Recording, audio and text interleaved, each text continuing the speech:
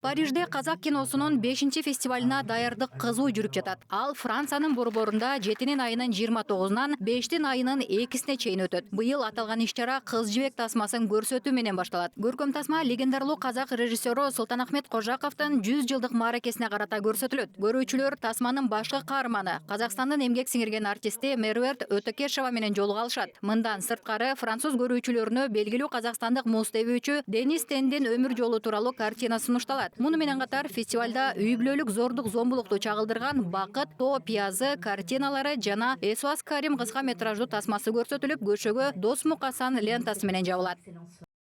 В этом году мы решили сделать особый акцент на авторском кино Казахстана и на... Быйылкы фестивалда Казакстандын автордук киносуна жана классикалык тасмаларына артыкчылык берүүнү чечтик. Авторлук чыгармалардын ичинде Аскар Узабаевдин кеңири таанылган Бакыт тасмасын өзгөчө белгилеп өткүм келет. Анткени анда үй бүлөлүк зордук зомбулук маселеси көтөрүлөт. Бул тема бүгүнкү күндө абдан актуалдуу. Женщин на сегодняшний день остается, к сожалению, актуальным.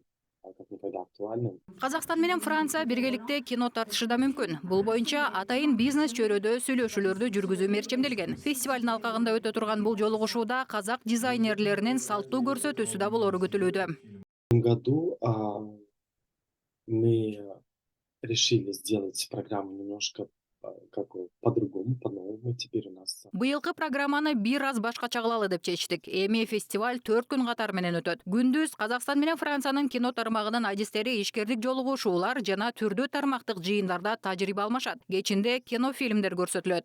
И Франции, встречи с киношколами, а по вечерам у нас именно серия показов.